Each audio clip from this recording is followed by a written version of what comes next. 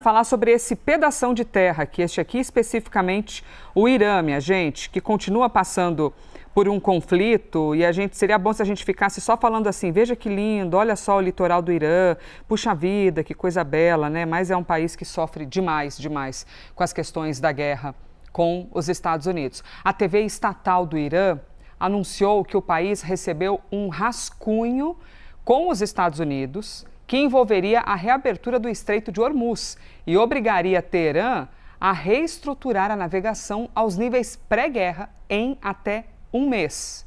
Américo Martins é quem está com a gente. O texto também prevê a retirada de forças americanas próximas ao território iraniano. Américo, a gente está falando de um avanço nessas conversas ou uma aparência de avanço que, na verdade, está travado tudo isso? Bem-vindo, Américo Martins. Olá, Elisa, muito bom dia para você, para todo mundo. Elisa, você colocou muito bem, é uma aparência de avanço, porque mostra, segundo essa informação da TV estatal iraniana, que haveria progresso de fato com relação à liberação do Estreito de Hormuz.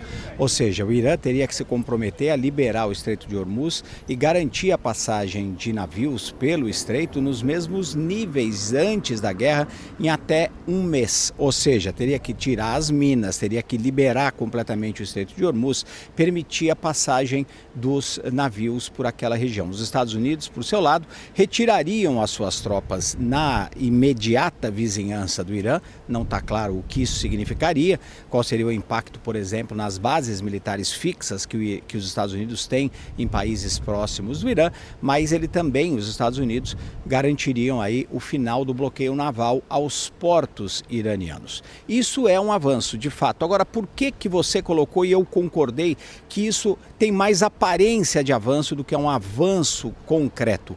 Porque não toca num dos pontos que é essencial, o mais importante de todos, que é a questão nuclear iraniana. E a TV estatal do Irã simplesmente não mencionou o programa nuclear. E a gente sabe que o governo americano quer um compromisso firme do Irã de abrir mão de qualquer ideia de criar uma bomba atômica ou até de usar a energia nuclear para fins pacíficos por pelo menos 20 anos. E o Irã disse que não queria abrir mão disso. Então a gente não tem um avanço concreto, pelo menos não temos informação sobre esse avanço concreto com relação àquele ponto que é o principal. Então, em alguns pontos que são sim importantes para a economia, importantes para a liberação do Estreito de Hormuz, importante para o trânsito de petroleiros para aquela região, isso é um progresso, mas não garante a resolução do conflito porque não toca naquele ponto principal. E sem um acordo que envolva a questão nuclear, os Estados Unidos não vão poder dizer que venceram a guerra. Então o presidente Donald Trump não vai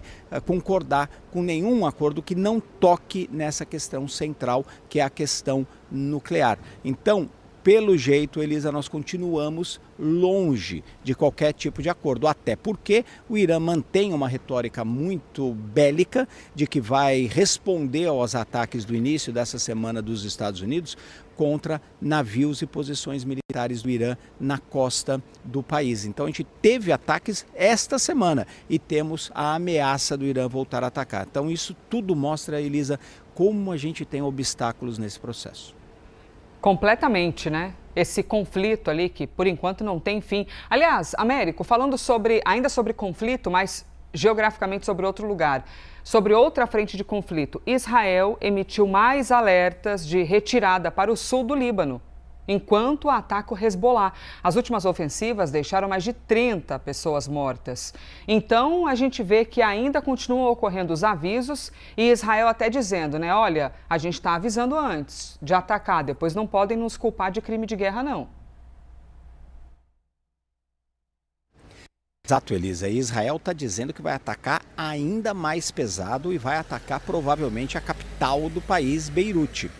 Por que Israel está fazendo todos esses movimentos? Em primeiro lugar, a gente precisa lembrar que tem um cessar-fogo entre o Hezbollah e as forças de defesa de Israel, mas esse cessar-fogo está sendo ignorado pelos dois lados todos os dias. Só que nós estamos chegando num outro nível aí de violência. Só ontem 31 pessoas morreram e 40 ficaram feridas no Líbano, segundo o Ministério da Saúde do país. Muitos deles civis sem relação com o Hezbollah.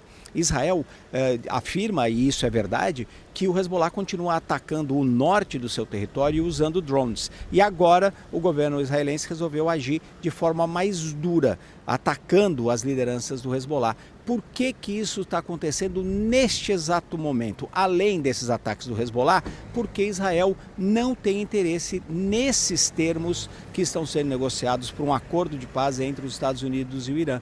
Pelo contrário, se a posição do governo israelense prevalecesse, não teríamos uma negociação, não teríamos um cessar-fogo, teríamos mais ataques contra o Irã. Por quê? Porque Israel considera que o Irã continua tendo capacidades militares, continua tendo planos de criação de uma arma nuclear e isso é uma ameaça à segurança nacional de Israel. Pelo lado israelense, a guerra continuaria, eles continuariam atacando para enfraquecer cada vez mais o Irã. O Israel também afirma que as negociações do jeito que estão sendo postas não estão levando em consideração as suas necessidades de segurança nacional. Ou, por exemplo, como quer Israel, uma diminuição muito forte do poderio militar do Irã, que aparentemente não está na mesa de discussões com os Estados Unidos. Tudo isso tem um impacto nas conversas entre Washington e Teherã.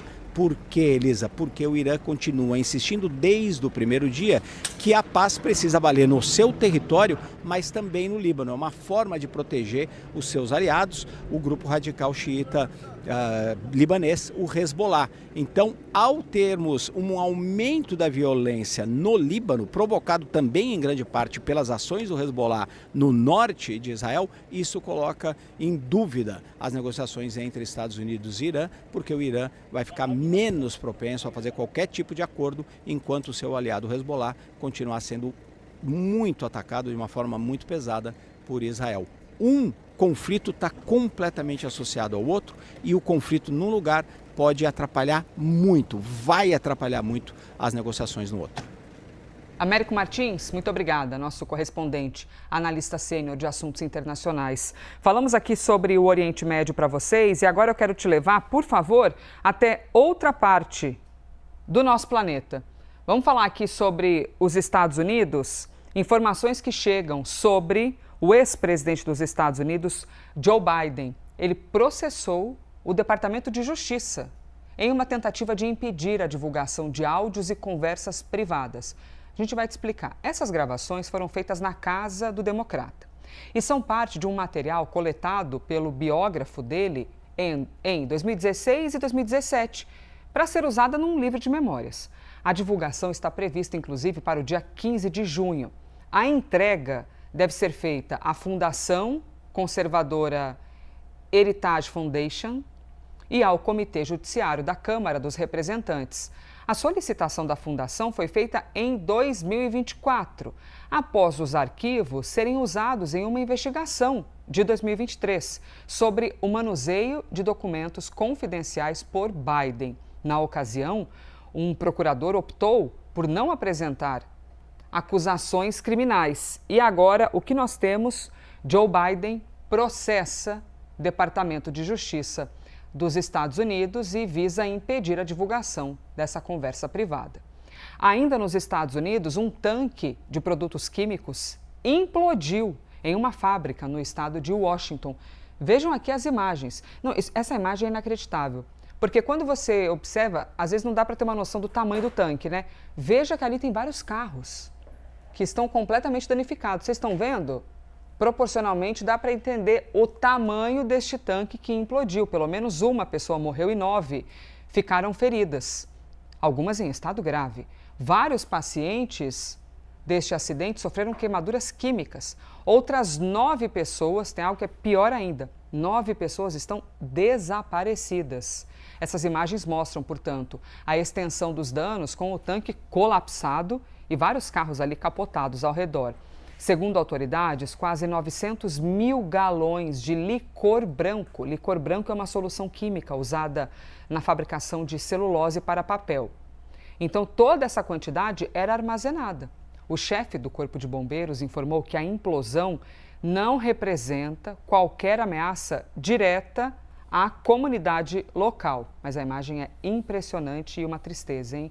Para quem perdeu a vida e quem está desaparecido.